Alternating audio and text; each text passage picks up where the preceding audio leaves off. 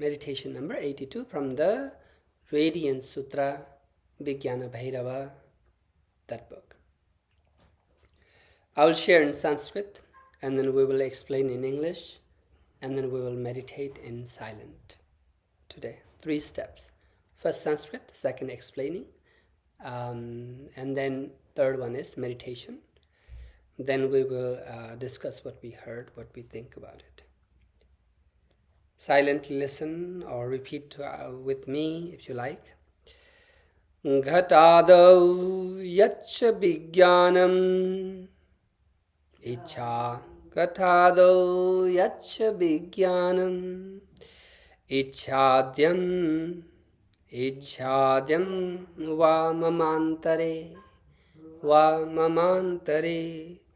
Naiva sarvagatam jatam bhavayan iti sarvaga. Thank you. Ghatado yaccha Vigyanam ichhadam va mamantare Naiva sarvagatam jatam bhavayan iti sarvaga. Ghata adi. Ghata means pot, like a pottery pot. Ruth, as example, you are the potter. I have your cup at my home. Every time I drink, it reminds. A gift is such amazing things. When you give someone, you are just giving their attention all the time. It's a good idea. Ghata adi. Ghata means pot, jar, cup, a plate. What can you make from the pottery? What else? All those things, bowl, plate, cup, glass, all those things you can make. Mug, they are all called ghata. Ghata come out from the clay, let's say mud. Out of the mud, you make something. Like we human beings are also made out of mud, made out of earth, water, soil. You all mix them together. Like that, ghata, adi, etc. A jar, a pot, a plate, all those kind of kitchen instrument you have, for example, like that, in this world, all these creatures are created from this dust. And they are also ghata. Your brain, what do you put in a cup? You put coffee, you put soup, something. That's the purpose of making that cup. Good. You are also a cup. And that's the purpose that you were born. You are not born for nothing. Just out of blue, accidentally, you are boom, human being this time. It's not that. It is the law of karma brought you to this existence, this gender, this shape, this size, this parent, this country, this weather, this healthy, this talented. It is all well, precisely calculated you are. So, you are a pot, you are a jar, you have contained in it. Something is there in you, like knowledge in your brain, love in your heart, food in your gut. So many things contain in you. So if something contains, you are a container. So that container called ghata. Not only us, tree, all the creature, from the ant to the biggest creature, on the land, elephant, or in the sea, the whale, they all are ghata, according to yoga's point of view. Dust to dust, ash to ash, something like that. We came from that, we go back there. Good. Ghatadi yat, this, all. Cha, also. Vigyanam, knowledge. Knowledge, we have a knowledge The tree have a knowledge. The cup has a knowledge. In the deep down, we do not know. At the same time, that we know that we do not know. I don't know. I slept well tonight. And I didn't know anything. My daughter wake up, came to our bed, small, tiny 7 years old. I did not know. That I didn't know that my daughter came to bed in between her parents, slept, because I slept well. And I know that I didn't know. So deep down, I know. So like that, even ignorant also we know. Like that, ghatadi, all the like pots, jar, tree, rocks, they know. Vigyanam ichhadyam va mamantare. Me knowing, you knowing, us knowing, and all of us knowing is not different. Deep down in a spirit level, we are one. Knowledge, desire, action, these are the source of our existence. Those things. Desire arises, and then you act, and then you will know. Then desire disappear, action, as soon as the desire disappear, action disappear, and as soon as the action disappear, knowledge also disappear. Desire in the heart, knowledge in the head, action in your gut. This is what we are. So it says, Vigyanam ichadam idi. Knowing, knowledge, desire, action do not appear only within me. Gatado yacha vigyanam ichadam va mamantare. Only mama antare, inside me, this knowledge, action, and desire, not only in me. They appears in the jar also, in the rock also, on the tree also. Nevam sarvagatam jatam bhavayanna iti sarvaga. They appear, knowledge, desire, what's the other one? Action.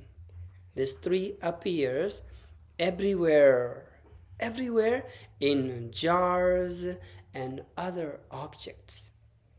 Tree is living being. We have seen tree grow, tree flowers, tree give you fruit, and tree leaves fall down, new leaves comes. We know they are alive. But what about the jar, pot, earthen pot, those kind of things? That the contemplating like this, that this knowledge appears in all, even in the jar and other object, then meditator becomes all pervasive. All pervasive. When you wake up, when you awake, you are conscious. When you are sleeping, you are subconscious, let's say, subconscious. In a subconscious level, there's a collective mind. Collective mind. So many things comes in dream, that over there, someone, your loved one, and you saw them. All those things, dream interpreter says, we are in the sub-collective mind. We are still awake, but we are half asleep, half awake. In sleep, we are full unconscious, some subconscious. But there's another level in meditation. You go to superlative conscious, superconscious, supernal conscious, there you are one, even with that jar. Sometimes you may notice people talk to their computer, angry at their computer. Sometimes people talk to their own creation, talk to it. Sometimes they talk to dog, cat. Okay, so like that, you are in a next level of that understanding. So in this verse, the icha means desire. Desire has reference to action. You desire actions. So here, Naivam sarvagatam jatam bhavayan iti sarvaga. In this deep level, you are one with every being in this planet. And then you are connected that way. So, you think your thoughts are your thoughts? Your desire is just your desire? Totally private? No. That desire, so let's say love is the one of the love and feelings, desire, arises in me, only in me, never went before to anyone's heart. In the future, never all the creation will ever felt that kind of love. The sunrise I just saw this morning, I'm the first being in this planet that I saw the sunrise. How beautiful it is. And then after I die, no one will see it. We act like that in the world. You feel like that. But meditators know the way I enjoy the sunrise, everybody enjoy. How I feel when I'm so hungry, same thing, all the human being can feel it. Not only human being, we even go further into the jar. The jar is dying to fill the water and flower in it. Let me do it. How wonderful it is. The attitude changes. So, I would like to explain directly what it says here. Ghatado yacha vigyanam ichadam va mamantare naiva sarvagatam jatam bhavayan iti sarvaga. So let's focus on one thing. Tree. Tree have desires.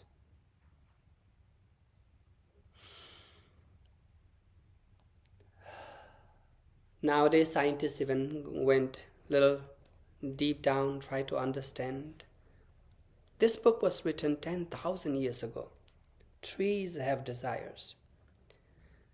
When I was a child, me and my father was walking on the street.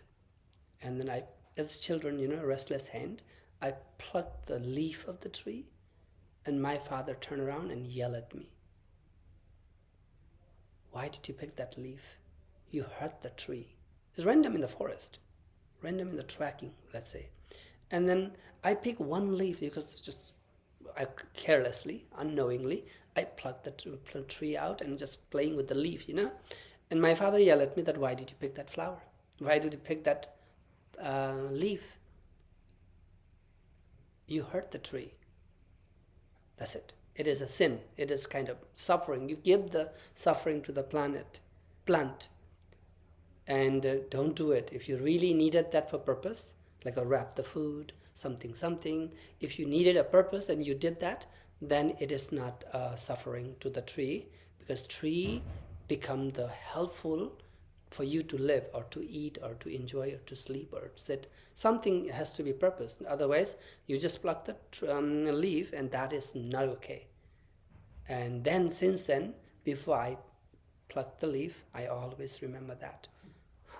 Tree have a desire. Tree have desire, tree have craving, tree has a hunger. Sometime whenever we visit to someone's office, someone's home, as a plant lover, as a garden lover, and I see that plant they have in their pot, money plant, let's say, or snake plant, is asking me, me, that please water me, I'm thirsty, I'm dying here. I can I feel as if the tree talked to me. And then out of blue, I'm like, hey, can I water your plant? I went to a job interview the other day with the Dr. Tom, and I saw like those 2 plants over there. They're asking me to plant, and I'm in a job interview. What do I do? But I did it because I listened to my plant, and I got the job. Anyway, my point is, trees have a desire. Good. They have a craving. They are thirsting. They are hunger. They have a need. Good. Like that, you expand your awareness. Not only I have it. I have it. There's no doubt.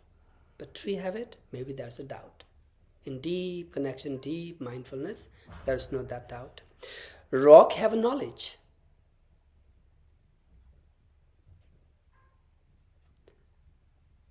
Like fossils. Rock has a knowledge. We do many statues out of rock, and we worship them. We go and talk to them. We praise them. We sing in front of them.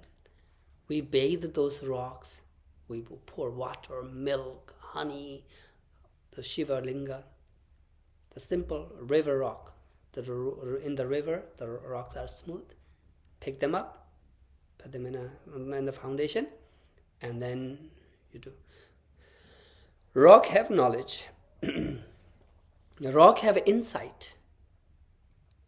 Rock have a light radiate from them. Rock have a gift. Rock has a gift. And bliss, and they have abundance. Jugs are full of emptiness. Gee, they have a purpose too.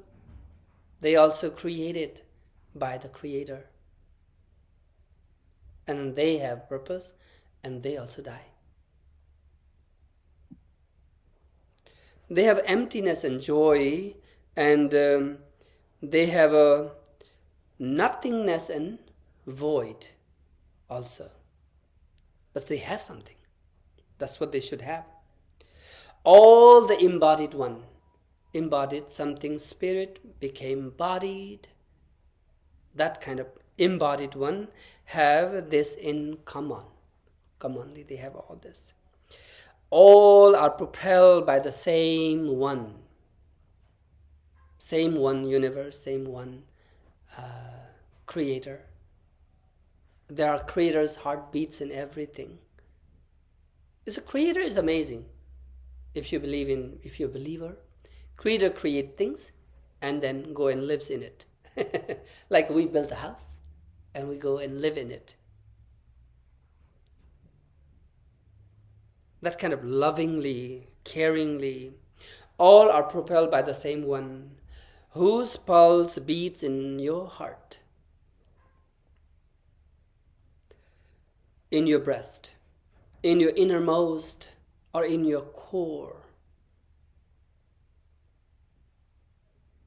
I am eating my food. I'm hungry. I say, I am hungry. In this meditation, I disappear.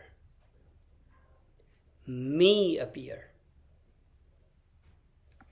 Think about it. Deep down, I and me are kind of a different form of using useful things. Buddha even used I in his speech, in his lecture, in his Dhamma talk. But I, deep down, according to meditation, I doesn't exist. You can say, I love you, and you can say, love you.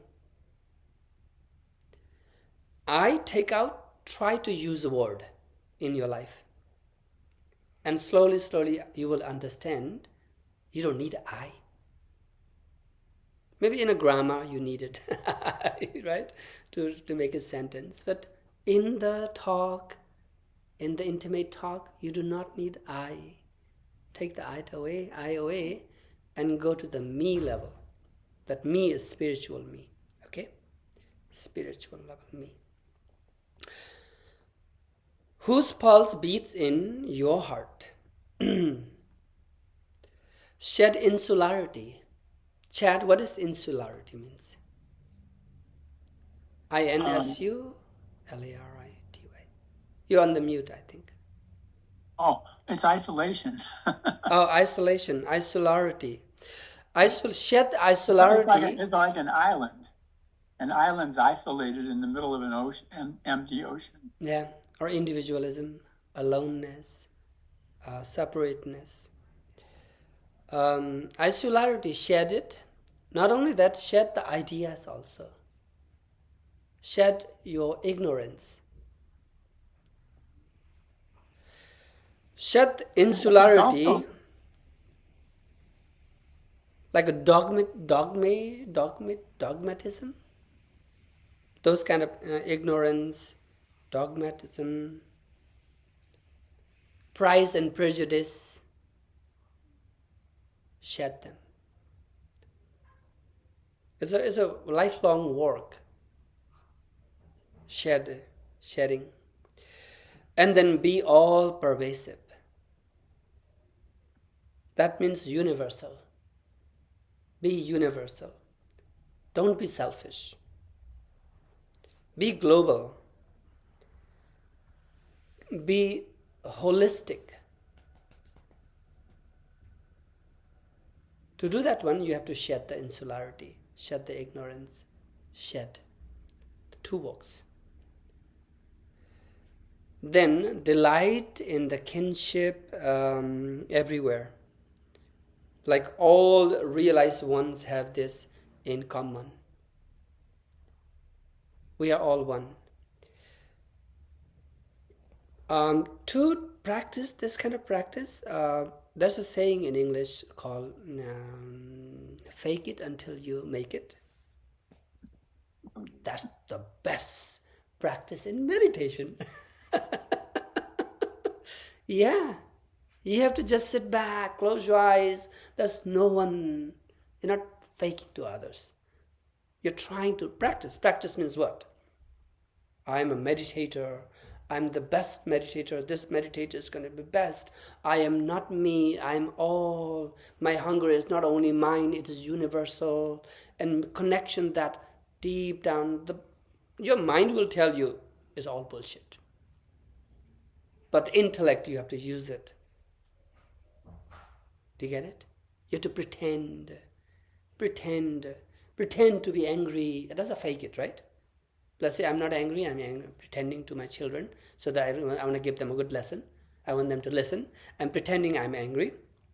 And then I can watch my own anger. I can witness my own anger because I am pretending. So that's why in meditator, they pretend. I'm pretending I'm sitting like a statue. I'm happy. Happy thoughts are coming. All those things slowly guide yourself towards that direction until you make it. So, let's take a moment.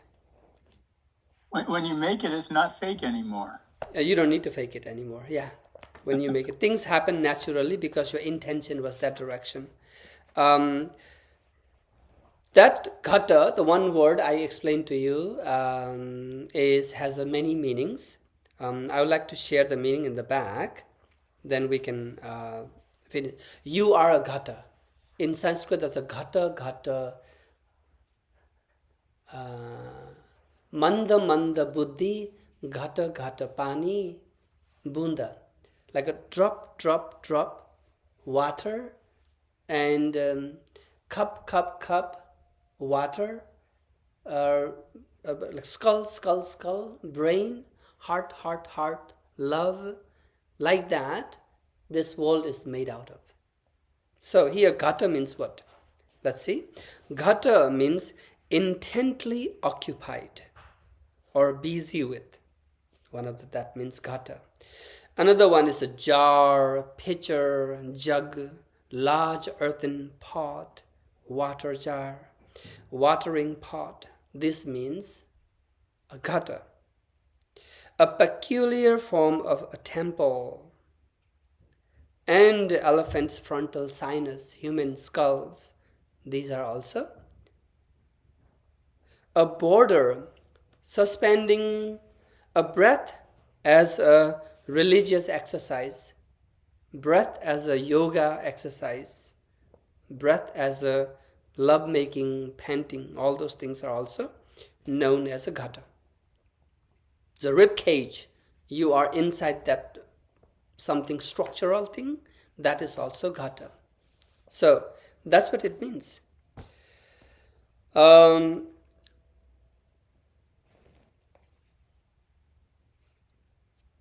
Deborah, would you like to read out loud?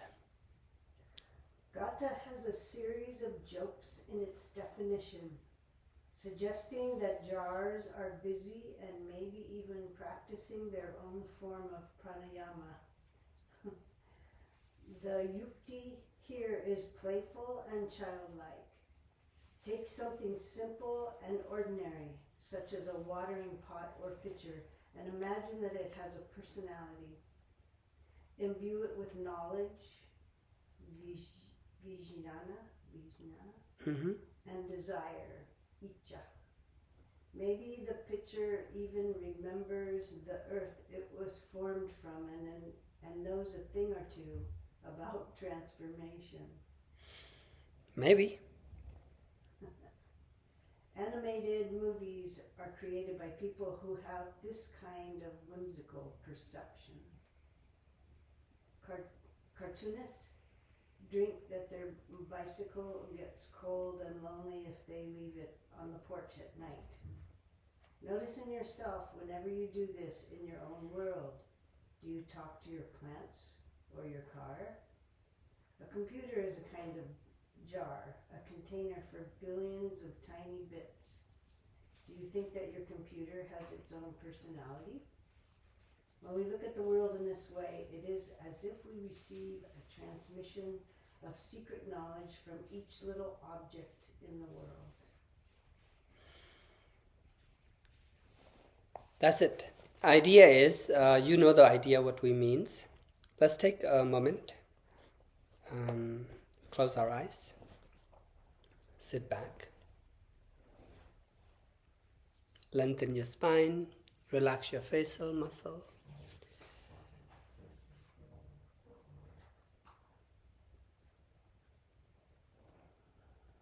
Trees have desires. Rocks have knowledge. Jugs are full of emptiness and joy.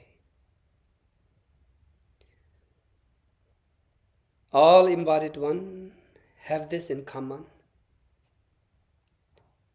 All are propelled by the same one, whose pulse beats in your breast. Shed insularity, be all pervasive. Delight in kinship everywhere.